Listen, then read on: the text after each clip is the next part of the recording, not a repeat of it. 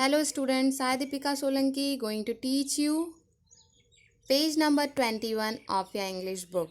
That is a poem My Shadow. आज हम पढ़ने जा रहे हैं My Shadow poem. ठीक है? Did you know that someone follows you around in the day? आपसे वो पोएट जो है ना वो क्वेश्चन पूछ रहे हैं, क्या तुमको पता है कि कोई पूरे दिन तुम्हें फॉलो करता है? कौन फॉलो करता है हमें? Read the poem to find out who is it. इस पोएम को आप पढ़ें, पता चलेगा कि आपको दिन भर फॉलो कौन करता है. देखो यहाँ पर कुछ मीनिंग मैं आपको पहले ही बता दूँ कि शैडो का मीनिंग होता है परछाई. क्या होता है? शैडो मीन्स परछाई होता है. यहाँ पर एक जगह इंडियन रबर बॉल का यूज़ किया गया है. मतलब जब क्रिकेट खेलते हैं तो रबर बॉल होती है ना, वो कैसे हाई हाई बढ़ती जाती है, ऊंची ऊंची जाती है, वहाँ से कंपेयर किया गया है शैडो को इंडियन रबर बॉल से. और नर्सी मीन्स क्या होता है? तो नर्सी मीन्स होता है केयर टेकर वुमन होती है जो बच्चों का ध्यान रखती है. आया बाई या जीजी बाई होती है जो बच्चों का ध्यान रखती है, उसको केयर टेकर या नर्सी कहते हैं. एरेंट मीन क्या होता है? वो किसी भी नाउन को स्ट्रॉन्गर बताने के लिए लिखा जाता है. एरेंट वर्ड का मीनिंग लिखा जाता है या फिर उसको संपूर्ण कहते हैं, कंप्लीट. ठीक है, let us start the poem. My shadow. क्या पढ़ रहे हैं हम? माई shadow. I have a little shadow that goes in and out with me. मेरे पास एक मेरी एक खुद की एक लिटिल छोटी सी शेडो है जो मेरे साथ आती और जाती है in and out with me. And what can be the use of him is more than I can see. अब उसका क्या यूज़ है वो ज़्यादा इम्पॉर्टेंट है. आई कैन सी मतलब मैं तो उसको देख सकता हूँ पर मुझे कभी समझ में नहीं आता कि उसका क्या यूज़ है. What can be use of him. इस शैडो का, मेरी ये जो शैडो दिखाई दे रही है, इसका क्या यूज़ होगा मुझे समझ ही नहीं आता है. He is very very like me. Very very मतलब सेम, वो बिल्कुल मेरी तरह है. From the heels up to the head. Heels up to the head का मीनिंग पता है? हिल्स मतलब पैरों से लगाकर सिर तक. वो कैसी है? मेरी तरह. शैडो कैसी होती है? हमारे जैसी होती है ना. हम सभी ने शैडो देखी है कि पैरों से लगाकर सिर तक वो एक जैसी होती है, हमारी तरह होती है. And I see him jump before me. और मैं देखता हूँ कि जब मैं जंप करता हूँ ना तो मेरे पहले जंप करने लगती है. And I jump into my bed. When I jump into my bed. जब मैं बेड पर जंप करता हूँ तो वो मेरे पहले बेड पर पहुँच जाती है जंप करके. ये सिर्फ तभी होता है, शैडो सिर्फ तभी दिखाई देती है जब लाइट का रिफ्लेक्शन हम पर पड़ता है.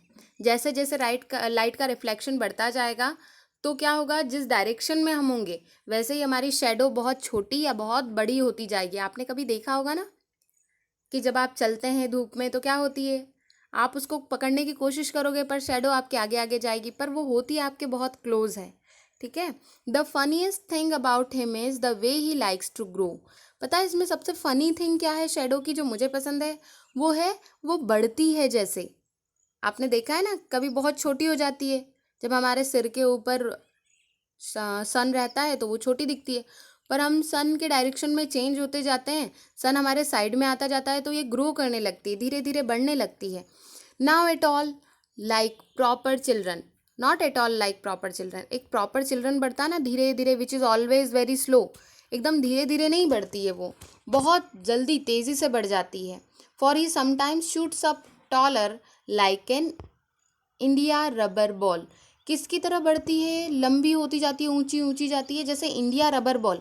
क्रिकेट में कैसे रबर बॉल ऊपर ऊपर जाती है इंडिया की, बहुत ऊंचाइयों तक जाती है जब 4 या 6 लगाए जाते हैं इंडियन क्रिकेटर के द्वारा. तो ऐसे ही ये भी बहुत बढ़ती बढ़ती टॉलर होती जाती है लाइट के रिफ्लेक्शन में. And he sometimes get so little that there is none of him at all. और कभी कभी तो इतनी छोटी हो जाती है कि इसके जैसा, इसके इतना छोटा कोई है ही नहीं, इतनी छोटी हो जाती है. He hasn't got a notion. Notion means क्या होता है? Nothing. To know about nothing मतलब जिसके बारे में आप कुछ नहीं जानते हो. ही हैज़न्ट गॉट अ नोशन मतलब उसे कुछ नहीं पता है. किसके बारे में? Of how children ought to play, कि बच्चों को कैसे खेलना चाहिए. मेरी शैडो को कुछ भी नहीं पता है.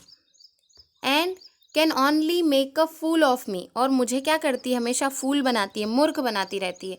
इन एवरी सॉर्ट ऑफ वे, कैसे, हर मोड़ पर, हर जगह पर, किसी भी रास्ते पर मैं जब जाती हूँ या जाता हूँ तो ये मुझे उल्लू बनाती है। क्यों? क्योंकि ये कभी कभी तो बहुत छोटी हो जाती है और कभी कभी बहुत दूर हो जाती है और टॉलर होती जाती है, और कभी कभी तो ये क्या होती है, गायब भी हो जाती है जहाँ पर लाइट का रिफ्लेक्शन नहीं होता है। He stays so close beside me, वो मेरे साथ कैसी खड़ी रहती है, एकदम क्लोज खड़ी रहती है। जैसे किसी को डर लगता है तो वो क्या करता है, एकदम क्लोज आ जाता है ना, हमसे चिपक के रहता है कि डरा हुआ पर्सन, ऐसे वो कॉवर्ड के जैसे मेरे से एकदम क्लोज चिपकी हुई रहती है।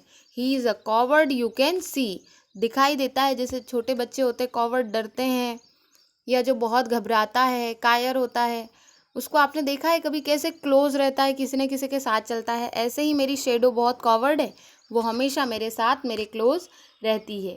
I would think shame to stick to nursie at that shadow sticks to me. क्या मीनिंग है इसका? आई वुड थिंक शेम, मुझे बड़ी शेम फील होती है, to stick to nursie as that shadow sticks to me, वो मेरे से हमेशा चिपकी हुई रहती है। जैसे कोई केयर टेकर होता है ना, कैसे वो बच्चे के पीछे पीछे आगे पीछे दौड़ती रहती है, जो केयर टेकर नर्सी होती है, जो आया बाई होती है, हमेशा छोटे बच्चों के आपको आगे पीछे दिखाई देगी। तो मुझे बड़ा शेम फील होता है, मैं जहाँ जहाँ जाता हूँ मेरे क्लोज आते जाती है, मेरे साथ रहती है। कौन? मेरी shadow. One morning very early before the sun was up, एक मॉर्निंग को एकदम सुबह जब मैं उठ गया, सन के भी पहले, जब सूरज भी नहीं निकला था, मैं सूरज के निकलने के पहले उठ गया। I rose and found the shining dew, मैं उठा तो क्या देखा, आपने देखा होगा कि यदि आप सूरज के निकलने के पहले उठते हो तो आपको पेड़ पत्तों पर क्या मिलती है, बटर कप ड्यू, मतलब पत्तों के ऊपर ड्यू मिलती है, हर पत्ते के ऊपर ओस की बूंदें मिलती है जो शाइन करती हैं। तो जब मैं एक दिन उठा, राइटर कह रहे हैं रॉबर्ट लुइस स्टेवेंसन, है ना, रॉबर्ट लुइस स्टेवेंसन क्या कह रहे हैं कि एक दिन जब मैं सूर्य के पहले उठ गया तो मैंने देखा कि छोटे छोटे बटर कप यानी छोटे छोटे पत्तों पर ड्यू यानी ओस की बूंदें शाइन कर रही हैं। But my lazy little shadow, पर मेरी जो लेजी लिटिल शेडो थी ना, मैं तो उठ गया सुबह सुबह, पर वो आलसी लिटिल शेडो नहीं उठी। पता है आलसी क्यों कहा है इसको? क्योंकि जब सन आएगा तभी तो हमारी शेडो दिखाई देती है ना, किसी लाइट के रिफ्लेक्शन में ही हमारी शेडो दिखाई देती है। अब ये तो सन के पहले उठ गया तो इसकी रिफ्लेक्शन इसको दिखाई नहीं दी, तो उसने क्या नाम रखा कि मेरी शेडो जो है कैसी, बड़ी लेजी है, वो मेरे साथ जल्दी नहीं उठती। Like an arrant sleepy head, जो एकदम कंप्लीटली स्लीपी हेड यानी बहुत नींद लेता है ना, जो आदमी सोया ही रहता है, उठना पसंद नहीं करता है, बिल्कुल उसकी तरह है। एरेंट स्लीपी हेड है वो। Had stayed at home behind me, और क्या करती है, मेरे साथ मेरे घर में होती है, मेरे पीछे पीछे होती है। And was fast asleep in bed, उठती भी लेट है और मेरे से जल्दी भी सो जाती है। मतलब जब सूर्य की रोशनी ख़त्म होती है तो हम हमारी परछाई को देख नहीं पाते हैं। हाँ, हम हमारे घरों में जो लाइट होता है उसमें अपनी शेडो को देख सकते हैं, पर यहाँ पर वो किसकी शेडो की बात कर रहा है, जो सन में शेडो दिखाई दे रही है उसकी बात कर रहा है कि जब सन नहीं निकलता है तो वो लेज़ी की तरह सोती रहती है, और जब सन निकल जाता है तो वो आराम से उठकर आती है, और जैसे ही सूर्य शाम को ढलता है वो भी क्या होती है, गायब हो जाती है। चलिए हम हमारे नेक्स्ट पेज पे देखते हैं जो पोइट्री अप्रिसिएशन पार्ट है। क्या है हमारे पास पोइट्री अप्रिसिएशन पार्ट में? Read the lines from my shadow and answer the questions, हमको इन लाइन्स को पढ़ना है और इन क्वेश्चंस के आंसर राइट करना है। For he sometimes shoots up taller like an India rubber ball, and he sometimes gets so little that there is none of him at all. अब यहाँ पर वो क्या बता रहे हैं, क्वेश्चन पूछा है आपसे कि ये 2 लाइन्स दी है, आपको इन 2 लाइन्स के 3 क्वेश्चंस बनाए गए हैं। जैसे अनसीन पैसेज होता है ना, ऐसे ये होता है। तो आपको इसको क्या करना है, इसको एक्सट्रैक्ट कहते हैं ना, इसके स्टेंजा वाइज एक्सट्रैक्ट आते हैं और उसके उसी क्वेश्चंस के आंसर उन 2 लाइन्स में मिल जाते हैं। अब इन 3 क्वेश्चंस के आंसर आपको पहली 2 लाइन में मिल जाएंगे। हु शूट्स अप, उसमें लिखा था ना कि वो कभी कभी शूट करती है, बहुत बड़ी हो जाती है, टॉलर, तो कौन शूट करती है, शेडो शूट करती है, मतलब अचानक वो बड़ी हो जाती है। तो आपको क्या लिखना है, who shoots up, shadow shoots up. आपको इस आंसर को फॉर्म करना है। मैंने यहाँ पर लिखा और मैं बोल कर बता रही हूँ, राइट डाउन, अभी राइट करें आप। Shadow shoots up. Next question is what does the poet compare him to. अब पोएट उसको किससे कंपेयर करता है कि वो किसकी तरह टॉलर होती जाती है, किसकी तरह बढ़ती जाती है। तो taller like an Indian rubber ball, India rubber ball. तो वो किसकी तरह बढ़ती है, इंडिया रबर बॉल की तरह बढ़ती है। देखिए आपको लग रहा है कि यदि मैं ज़्यादा तेज़ या जल्दी बोल रही हूँ तो आप उसको पॉज कर लें वीडियो को, आंसर राइट करें, फिर वापस से वीडियो को प्ले करें। तो हमारा सेकंड आंसर होगा बी वाला, the poet compares him to. Compare में एस लगाएंगे, क्यों, क्योंकि यहाँ पर डज लिखा है। अब डज हट जाएगा तो हमको क्या करना पड़ेगा, वर्ब में एस यूज़ करना पड़ेगा।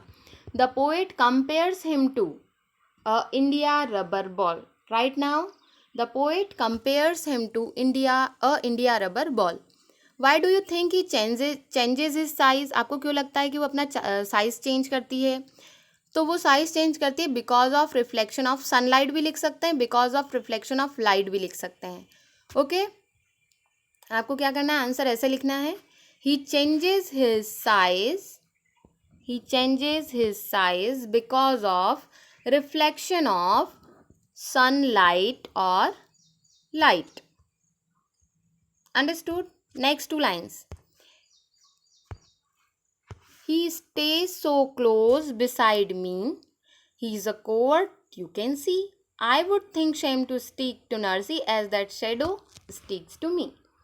अब आपको बताना है why does the poet call him a coward। उसको coward क्यों कहा, तो जैसा हमने पढ़ा coward इसलिए कहा क्योंकि वो हमेशा उसके क्लोज रहती है, इसलिए उसको coward डरा हुआ बताया गया है। तो क्या लिखेंगे हम, because he always stay close। यहाँ पर आंसर आपको पूरा लिखना है, the poet calls him a coward. Calls क्यों करेंगे, क्योंकि यहाँ पर डज है, डज हटाएंगे इसलिए एस हम कॉल में लगाएंगे। The poet calls him a coward because he always stay close to him. यहाँ पर आप टू हिम भी ऐड कर सकते हैं, because he always stay close to him. Pick out two rhyming words from the lines above. आपको ये 2 lines दी गई है, उसमें क्या करना है आपको, उसमें से आपको राइमिंग वर्ड निकालना है जो एक जैसे साउंड कर रहे हैं।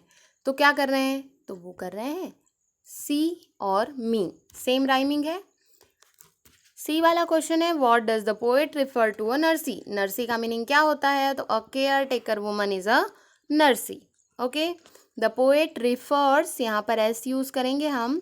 The poet refers to as Nursi, a caretaker woman.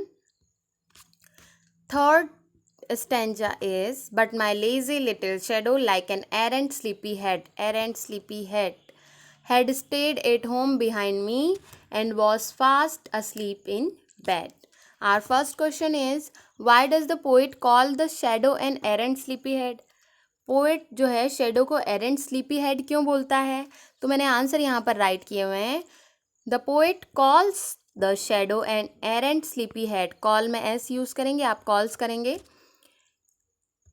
The poet calls the shadow and arrant sleepy head because the shadow doesn't wake up with him before sunrise. क्योंकि वो जो शेडो है वो सनराइज के पहले उसके साथ नहीं उठी थी, इसलिए उसने उसे क्या कहा था, इसलिए उसने उसे कहा था कि ये एरेंट स्लीपी हेड है, ये मेरे साथ नहीं उठती है। Next question is, why do you think the shadow went missing one day. ऐसा क्यों उसने कहा कि उसकी शेडो एक दिन गायब हो गई, तो वो गायब इसलिए हो गई क्योंकि in absence of light he went missing one day. एक दिन एब्सेंस ऑफ लाइट में, लाइट जब नहीं थी, सनलाइट नहीं थी, तो हमारी शेडो दिखाई नहीं देती है, इसलिए उसकी शेडो वन डे मिसिंग हो गई या दिखाई नहीं दी। नेक्स्ट है, do you think it is good to be lazy and a sleepy head. Give reasons for your answer. आपको ऐसा लगता है कि हमें स्लीपी हेड होना चाहिए, आलसी होना चाहिए, सोते ही रहना चाहिए, ये अच्छी बात है क्या? और नहीं है तो आपको रीज़न भी बताना पड़ेगा क्यों नहीं है, और होना चाहिए तो क्यों होना चाहिए, वो आंसर भी देना पड़ेगा। चलिए मैं आपको आंसर देती हूँ। No, we have to keep working. हमें क्या करना है, काम करते रहना चाहिए। To be a successful person in our life. हमें स्लीपी हेड और लेज़ी नहीं होना चाहिए, क्योंकि यदि हम काम नहीं करते रहेंगे तो हम कभी भी सक्सेसफुल पर्सन अपनी लाइफ में नहीं बन पाएंगे. So students, it was your poetry appreciation part and we have completed our poem. हमने पोएम भी कंप्लीट की है, पोइट्री अप्रिसिएशन भी कंप्लीट किया है. मैं आपके साथ ज़्यादा से ज़्यादा इंग्लिश सेंटेंसेस इसलिए यूज़ कर रही हूँ क्योंकि आपको समझ में तो आती है इंग्लिश, बस अब बोलना स्टार्ट करना है. ठीक है, तो आप कोशिश करें कि आपको जो मैं समझा रही हूँ वो इसी वे में आप समझ पाएँ. आप अपनी कॉपी में क्वेश्चन आंसर लिखेंगे. ये पोएम के क्वेश्चन आंसर राइट करने की ज़रूरत नहीं है, आपको सिर्फ इन्हें समझना है. रफ कॉपी में ज़रूर आप राइट करेंगे. Okay, thank you so much everyone.